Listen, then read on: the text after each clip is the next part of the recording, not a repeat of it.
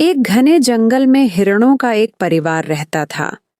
यह परिवार अपनी बुद्धिमानी, दयालुता और कोमलता के लिए जंगल में प्रसिद्ध था। हर दिन यह हिरणों का परिवार नदी के किनारे पानी पीने जाता था। जंगल के नियमों के अनुसार सभी जानवर अपनी प्यास बुझाने वहां आते थे, लेकिन हिरणों का परिवार हमेशा एक साथ जाता ताकि सभी सुरक्षित रहें। एक दिन जब हिरणों का परिवार हमेशा की तरह नदी पर पहुंचा, तो उन्होंने एक छोटे से भेड़िए को किनारे पर बैठे देखा। वह बहुत कमजोर और भूखा लग रहा था। उसकी आंखों में डर था और उसका शरीर कांप रहा था। ऐसा लग रहा था कि वह अपनी मां से बिछड़ गया है और अब अकेला और बेसहारा है। हिरनी का दिल उस पर दया से भर गया। उसने अपने परिवार की ओर देखा और फिर धीरे धीरे छोटे भेड़िए के पास गई। भेड़िया पहले तो डर गया, लेकिन जब उसने महसूस किया कि हिरण उसे नुकसान नहीं पहुंचाएगी, तो वह शांत होकर बैठ गया। हिरनी ने प्यार से उसे दूध पिलाया। जैसे ही भेड़िए ने दूध पिया, उसकी आंखों में चमक आ गई और वह कुछ ताकतवर महसूस करने लगा। हिरणों का परिवार भी उसके आसपास इकट्ठा हो गया और उन्होंने फैसला किया कि वे इस बेसहारा छोटे भेड़िए को अकेला नहीं छोड़ेंगे।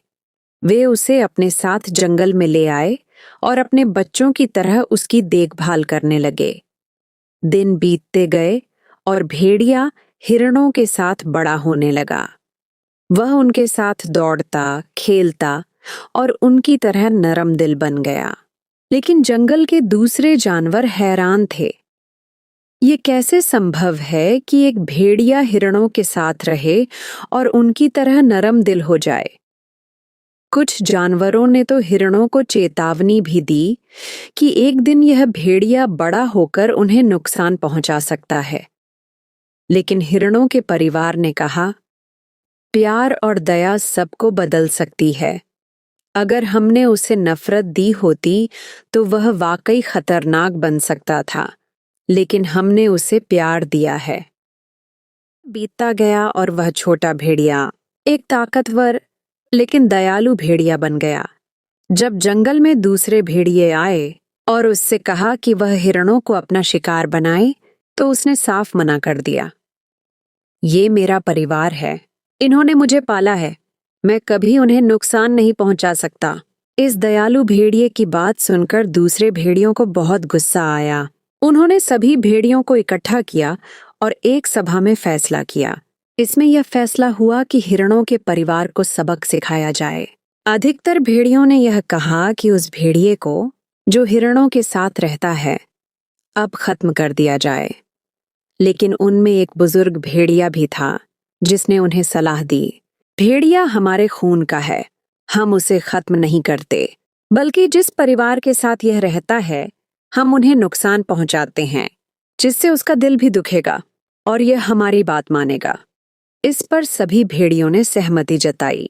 अब यह तय हुआ कि भेड़िए की गतिविधियों पर नजर रखी जाए कि वह कब नदी पर जाता है, कितने बजे आता है और उस समय हिरणों का झुंड अकेले पानी पीने जाता है और उसके साथ भेड़िया न हो, क्योंकि अगर भेड़िया हिरणों के साथ होगा तो वह उनकी रक्षा करेगा। इसलिए उस समय हमला किया जाए जब भेड़िया हिरणों के परिवार के साथ मौजूद न हो। इसके लिए जंगल और आसपास में पहरा लगा दिया गया और उस पर नजर रखी जाने लगी। एक दिन भेड़िया हिरणों के साथ नहीं जा सका क्योंकि वह बहुत बीमार था। उसकी बीमारी ने उसे हिरणों के साथ नदी तक जाने की इजाजत नहीं दी, तो उस दिन वह झुंड अकेले ही नदी के किनारे चला गया। जैसे ही वे नदी के किनारे पहुंचे, भेड़ियों ने अपने सरदार को सूचना दी कि झुंड अकेला है और अब हमला किया जा सकता है। इतनी देर में दो हिरण बीमार होने के कारण पीछे रह गए थे। उनके मन में बुरे ख्याल आने लगे, लेकिन भेड़ियों और उनके सरदार को यह पता नहीं था कि यह सारी बातें एक कौवा सुन रहा था। वह कौवा दिल का अच्छा था। उसने जब यह स्थिति देखी कि निर्दोषों पर अत्याचार हो रहा है, तो वह उड़कर उस बीमार भेड़िए के पास पहुंचा और उसे पूरी स्थिति से अवगत कराया। तब वह भेड़िया तुरंत नदी की ओर चल पड़ा ताकि अपने हिरण परिवार को बचा सके। जब हमला होने वाला था, उसी समय बीमार भेड़िया भी अपने हिरण परिवार के पास पहुंच गया और उसने भेड़ियों से कहा, अगर तुम मेरे परिवार पर हमला करोगे तो मैं भी तुम पर हमला करूंगा। मेरे परिवार को खत्म करने से पहले तुम्हें मुझे खत्म करना होगा। फिर उसने सभी भेड़ियों को इकट्ठा किया और उन्हें सुबह से लेकर शाम तक हिरण परिवार की दयालुता, उनकी अच्छाई के बारे में बताया। उसने यह बताया कि जब वह बहुत छोटा था और दूध और पानी की कमी से मरने वाला था, उसकी आंखों में कमजोरी थी। तब उस हिरण परिवार ने उसकी मदद की थी। हिरण ने उसे दूध पिलाया और उसे अपने साथ रखा। अगर हिरण उसे अपने साथ नहीं रखते तो कोई और जानवर उसे मार देता।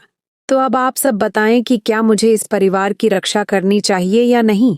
इस पर सभी भेड़िए आपस में सिर जोड़कर विचार करने लगे। तब उनके सरदार ने कहा, अगर यह बात है तो हम आपसे माफी मांगते हैं कि हमने आपको इस रास्ते पर धकेला।